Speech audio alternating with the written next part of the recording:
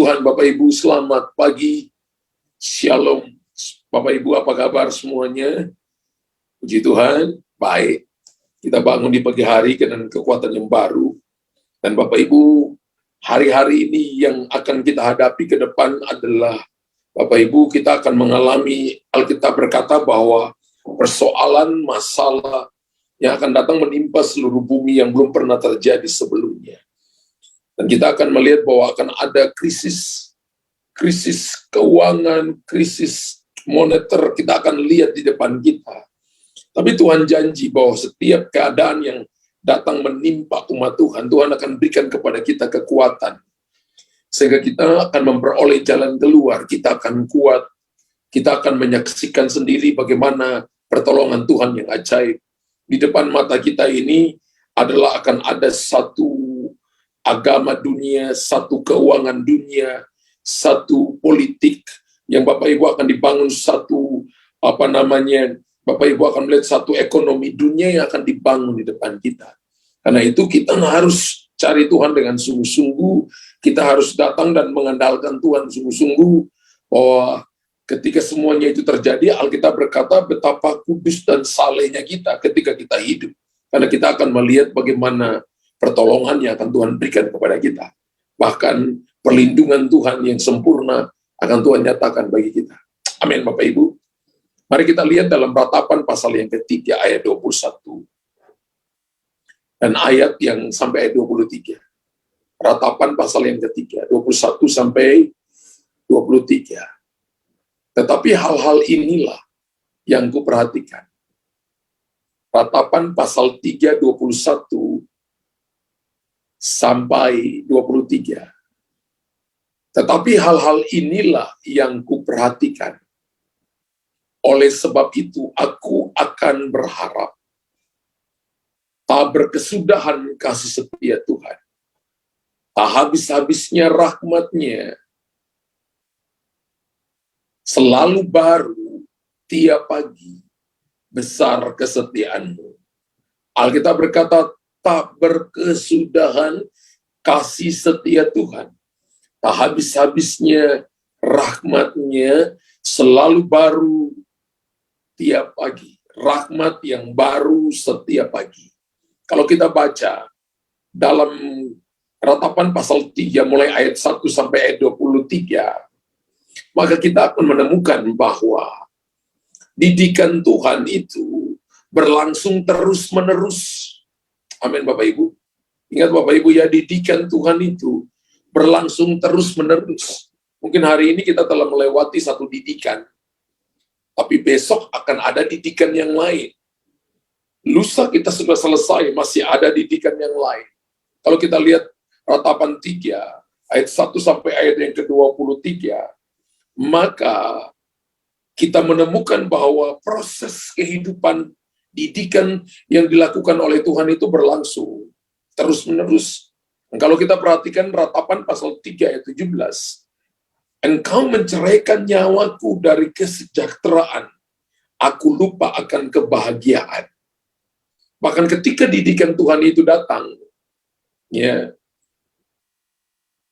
Ratapan, dalam kitab Ratapan ini Alkitab menulis bahwa dikatakan bahwa engkau menceraikan nyawaku dari kesejahteraan. Rasanya saya tidak punya pengharapan, semua yang ada pada saya habis. Semua diambil daripada saya.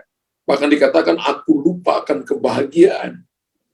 Ini didikan yang sedang terjadi ketika kitab Ratapan ini ditulis. Dan Ratapan 3 ayat yang ke-18 berkata gini, sangkaku hilang lenyaplah kemasyuranku dan harapanku kepada Tuhan. Ketika keadaan sulit, ketika kita dididik, banyak orang yang seperti ini. Main perasaan, sangkaku, aku pikir bahwa lenyap kemasyuranku, lenyap persoalan, lenyap hartaku, lenyap pekerjaanku, lenyap bisnisku, rasanya tidak ada pertolongan. Dan harapan kepada Tuhan rasanya tidak akan membawa sebuah jawaban sama sekali. Tidak, saudara. Rasanya hidup yang dijalankan itu begitu pahit, karena tidak ada lagi sebuah kesejahteraan, tidak ada lagi kebahagiaan, Bahkan hidup yang dijalani rasanya seperti tidak memiliki sebuah pengharapan yang pasti kepada Tuhan. Tapi saya bersyukur, ayat yang ke-20 dari Ratapan 3 ayat 20 berkata, jiwaku selalu teringat akan hal itu dan tertekan dalam diriku. Banyak kali ketika orang diproses oleh Tuhan, dan ketika Bapak Ibu sedang alami itu, bahkan setelah selesainya, itu selalu teringat dalam pikiran kita. Didikan Tuhan itu membawa sebuah dampak untuk Bapak Ibu dan saya, diubahkan oleh Tuhan, bahkan membuat saudara dan saya untuk bergantung sepenuhnya kepada Tuhan. Didikan yang Tuhan nyatakan kepada saudara dan saya, itu akan membawa kita kepada berkat-berkat-Nya. Membawa kita sehingga kita mati akan segala dosa, mati akan segala kedagingan, lalu kita hidup menurut roh. Sehingga ketika Bapak Ibu dan saya hidup menurut roh, maka kita jadi orang yang diberkati oleh Tuhan. Haleluya.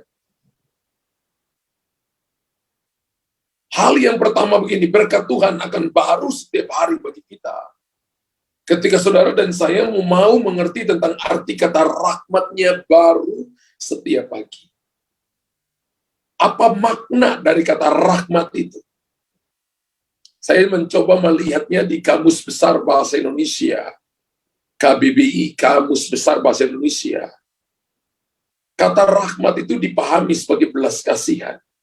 Kata rahmat itu dipahami sebagai kerahiman, sedang mengandung.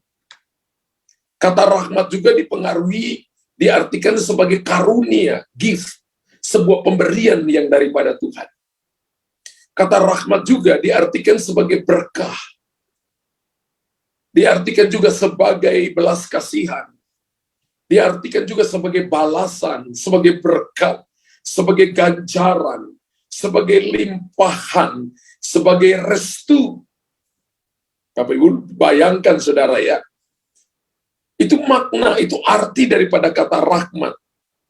Berarti rahmat-Nya baru setiap pagi, artinya kemurahan hati, pertolongan, artinya kesukarelaan hati Tuhan akan diberikan kepada kita untuk menjawab panggilan-Nya. Katakan amin. Itu yang disebut dengan rahmat-Nya baru setiap pagi. Dalam catatan ratapan pasal yang ketiga ini adalah, makanya disebut dengan ratapan, bahwa mereka sedang mengalami yang namanya masa-masa di mana rasanya tidak ada jalan keluar. Israel sedang mengalami rasanya tidak ada jalan keluar. Tapi kitab ratapan ini ditulis bahwa kemurahan hati, bahwa pertolongan, bahwa kesukarelaan Tuhan, Tuhan selalu tersedia kepada kita setiap waktu, dalam keadaan apapun, bagi orang-orang yang Dia tebus, bagi orang-orang yang Dia pilih. Amin. Kita dapat menjawab panggilan-Nya. Kita bisa datang kepadanya setiap every morning untuk Anda dan saya mendapatkan rahmat yang baru setiap pagi. Rahmat itu juga bicara tentang keikutsertaan. Keikutsertaan Tuhan di dalam kehidupan saudara dan saya. Atau keikutsertaan ada di dalam kehidupan Allah. Tuhan membawa, Tuhan mengantar, Tuhan mendorong kita masuk ke dalam kehidupan Kristus yang paling dalam. Jadi rahmat yang baru setiap pagi, tak habis-habisnya rahmat-Nya, selalu baru setiap pagi, artinya every day, every minutes, Tuhan mendorong kita semakin dalam.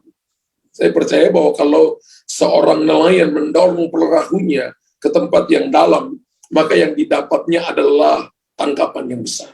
Ketika Bapak Ibu masuk ke tempat-tempat yang dalam alam supranatural, dalam alam rohani, maka saya percaya kita akan mendapatkan berkat-berkat yang besar, hal-hal yang besar, kita akan lihat urapan yang besar, kepercayaan yang besar, hikmat yang besar, itu ada di tempat-tempat yang dalam.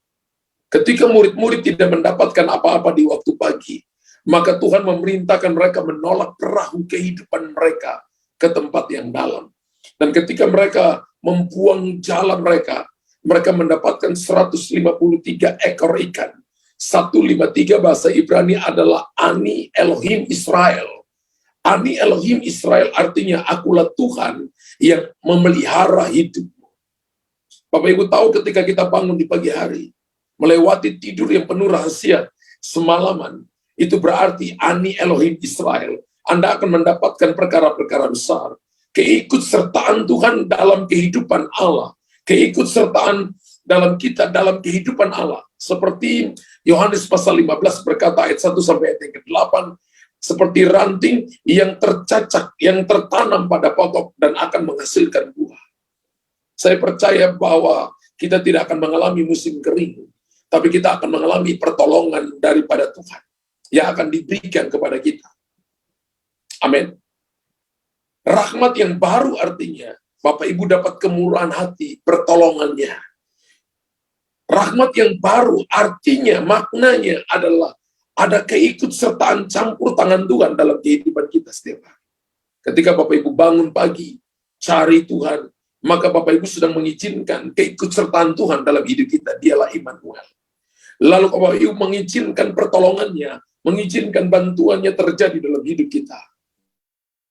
Dan apa yang disampaikan oleh Nabi Yesaya dalam nubuatannya, bahwa akan datang tahun rahmat Tuhan, di mana akan datang seorang yang diurapi, yang namanya adalah Kristus. Kristus Mesaya, Mesias, artinya yang diurapi, yang dipakai untuk memberitakan kabar baik. Yesaya bernubuat bahwa Yesus akan datang, dan Yesus telah datang, dan sudah datang.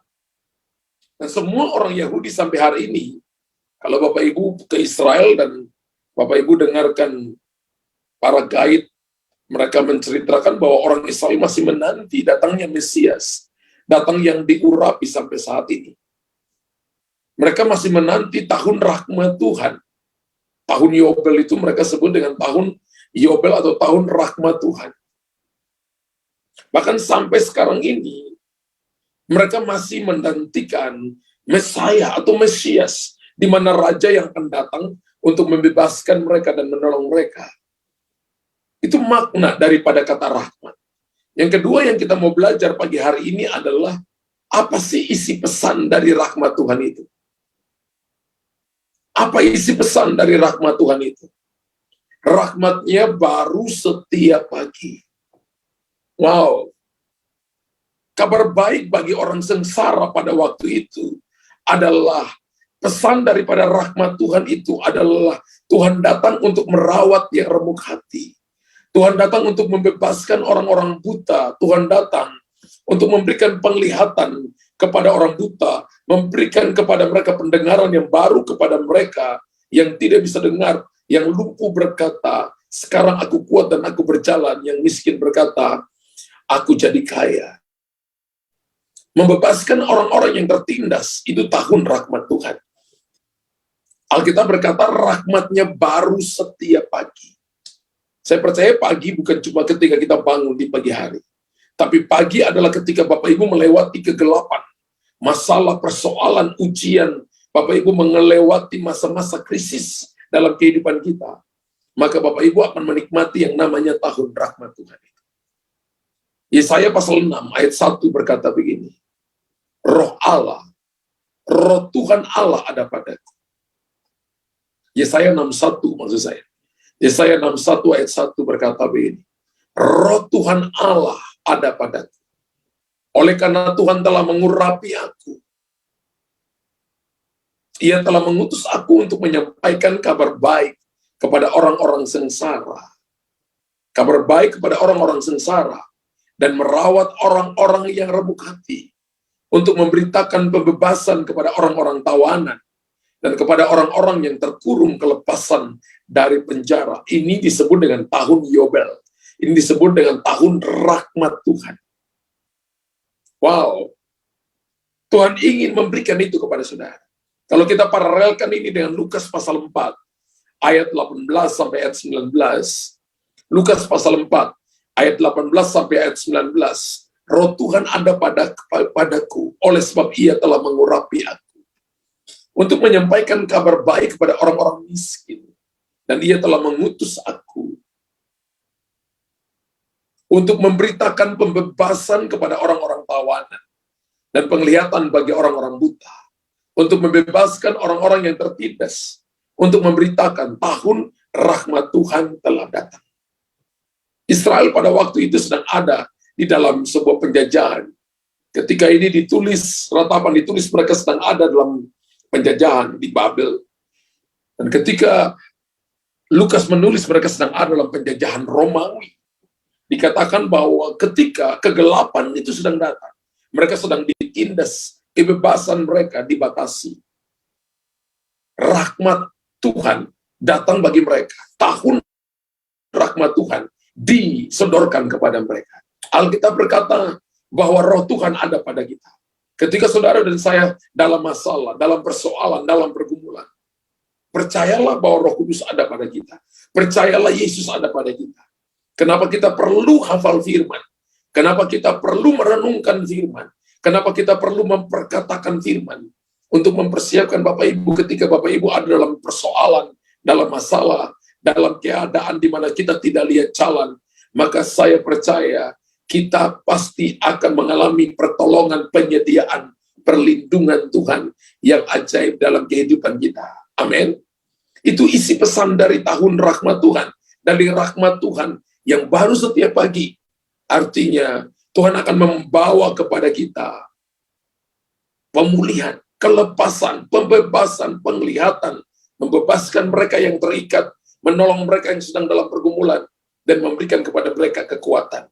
Itu adalah berkat yang Tuhan berikan kepada kita di waktu pagi. Jadi pagi bukan hanya bicara tentang kita bangun pagi. Pagi adalah Bapak Ibu dan saya melewati kegelapan, melewati musim-musim yang tidak mengenakan. Tapi Tuhan memberikan kepada kita pertolongan, memberikan kepada kita anugerahnya. Yesus ada dalam saudara, itu adalah pengharapan akan kemuliaan. Bagaimana kita dapat mengalami rahmat Tuhan itu? Bagaimana kita dapat mengalami rahmat Tuhan itu? Yang pertama adalah menantikan Tuhan. Bapak Ibu tulis, saya mau mengalami rahmat Tuhan dengan menantikan Tuhan. Kata menantikan ini bahasa Ibraninya dipakai kata kafah. Ki-a Victor Alpha Hotel. Ya. Ki-a Victor Alpha Hotel. Kafah. Kafah itu artinya menanti dengan sabar. Menanti karena jawaban sudah OTW. Itu menantikan Tuhan. Yesaya 40 ayat 31 berkata, orang-orang yang menanti-nantikan Tuhan mendapatkan kekuatan yang baru. Mereka seumpama Raja Wali yang naik terbang dengan kekuatan sayapnya. Mereka berjalan tidak menjadi lesu, mereka berlari dan tidak menjadi lelah. Yesaya 40 ayat 31. Alkitab berkata bahwa orang-orang yang menanti-nantikan Tuhan mendapatkan kekuatan baru. Ketika Bapak Ibu kafah, ya, ketika Bapak Ibu menanti-nantikan Tuhan, maka Alkitab katakan yang terjadi adalah kita dapat kekuatan baru. Lalu kita diumpamakan seperti Raja Wali. Kita punya spesialisasi menghadapi badai. Wow, lalu akan terjadi percepatan dari berjalan kepada berlari, berlari kepada terbang, dan akhirnya membuat kita tidak lelah. Membuat kita terus bersemangat. Kita cari Tuhan dengan tidak lelah. Cari Tuhan dengan bersemangat. Cari Tuhan dengan sungguh-sungguh. Cari Tuhan dengan bergairah. Amin.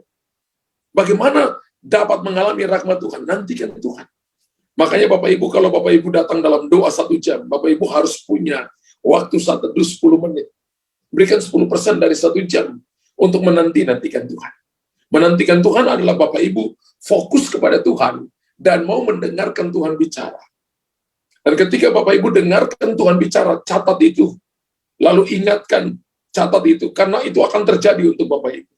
5 menit pertama itu nggak mengenakan ketika kita menanti-nantikan Tuhan.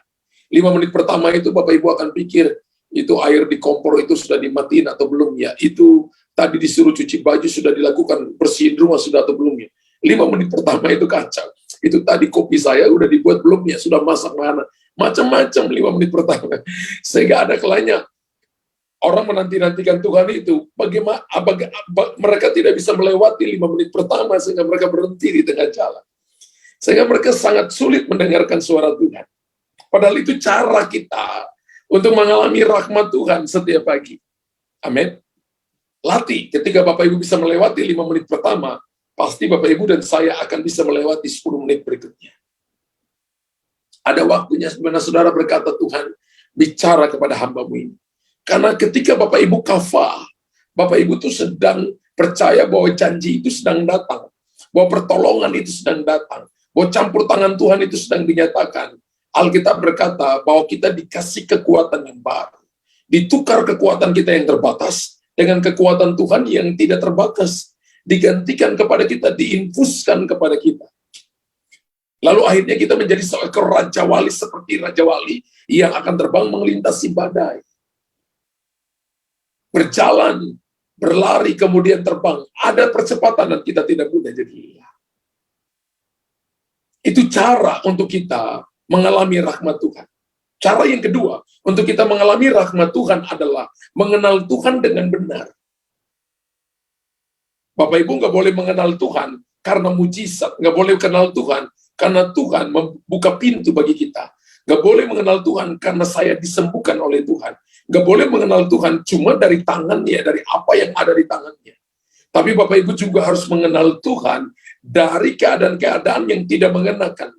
Ratapan ditulis supaya umat Israel mengenal Tuhan di tengah-tengah keadaan yang sulit. Itu mengenal Tuhan dengan benar. Amin. Kita harus jadi orang Kristen yang dewasa. Kita tidak hanya datang kepada permen atau coklat di tangan Tuhan. Tapi kita mau untuk diproses, bahkan melampaui emas yang murni. Menurut 1 Petrus 1 ayat 7 dan sampai ayat yang ke-9, kita diuji melebihi emas yang fana. Sehingga kita akan memperoleh puji-pujian, kemuliaan, dan kehormatan. Ketika Bapak Ibu dalam masalah, dalam proses, dan kita mau mengenal Tuhan dengan benar, maka kita nggak kekurangan sesuatu apapun. Bahkan sebaliknya Tuhan memberikan kepada kita puji-pujian, kehormatan, kemuliaan. Hosea 6 ayat yang ketiga berkata, marilah kita mengenal Allah dan berusaha sungguh-sungguh mengenal Tuhan.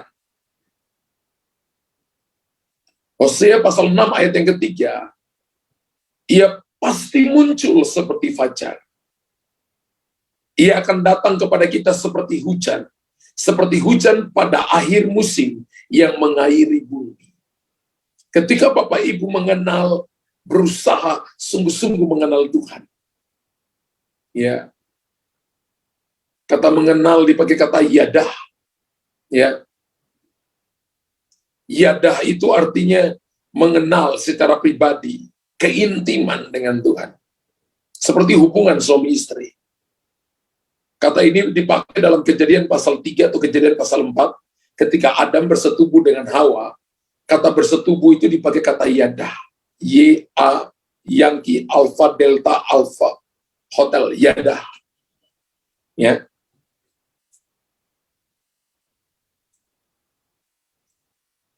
Artinya sebuah keintiman dengan Tuhan. Mengenal Tuhan dengan benar. Menurut Filipi pasal 3 ayat yang ke-10 berkata, kita dikaruniakan bukan cuma untuk percaya, tapi untuk menderita juga bersama-sama dengan Dia. Jadi karunia yang Tuhan berikan kepada kita bukan cuma karunia percaya, tapi karunia menderita juga. Dan di dalam penderitaan, dalam masalah, dalam pergumulan, kita harus belajar mengenal Tuhan dengan benar. Itu cara kita mengalami rahmat-Nya, mengalami anugerah-Nya. Amin. Amin, Bapak Ibu. Alkitab berkata, ia pasti muncul seperti fajar. Pagi kan, fajar itu kan pagi, ia pasti muncul seperti fajar. Ia akan datang kepada kita seperti hujan. Ketika Bapak Ibu mengenal Tuhan dengan benar, maka kita akan lihat bahwa Tuhan akan muncul seperti fajar. Setelah kegelapan berlalu, fajar muncul. Setelah awan yang gelap menyingkir, maka hujan. Setelah Bapak Ibu lihat awan gelap di atas, maka hujan akan datang kepada kita. Tuhan akan menolong kita dalam keadaan-keadaan yang sulit dan memberikan kepada kita jalan keluar. Rahmat-Nya baru setiap hari. Mari kita belajar bersyukur senantiasa kepada janji-janji Tuhan. Karena dia membuka peluang-peluang yang baru, memberikan kepada kita kekuatan yang baru, harapan-harapan yang baru. Ketika kita berjalan mengikuti tuntunannya, maka berkat Tuhan akan diperintahkan mengikuti kita. Firman Allah berkata rahmatnya baru pula. Bukan rahmat yang kemarin, bukan minggu lalu, yang baru, yang grace yang Tuhan berikan kepada kita. Mari Bapak Ibu jangan lupa, syukuri setiap hari. Syukuri tahun 2022. Syukuri bahwa kita ada hari ini, kita ada di bulan ini, kita ada di minggu ini. Mari belajar mensyukurinya. Karena dalam hal apapun yang kita alami di tahun-tahun ini, di hari-hari ini, rencana Tuhan luar biasa bagi kita. Rencana Tuhan tidak pernah gagal bagi saudara dan saya. Yang diberkati pagi hari ini, Bapak Ibu tulis di kolom komentar, saya sungguh amat diberkati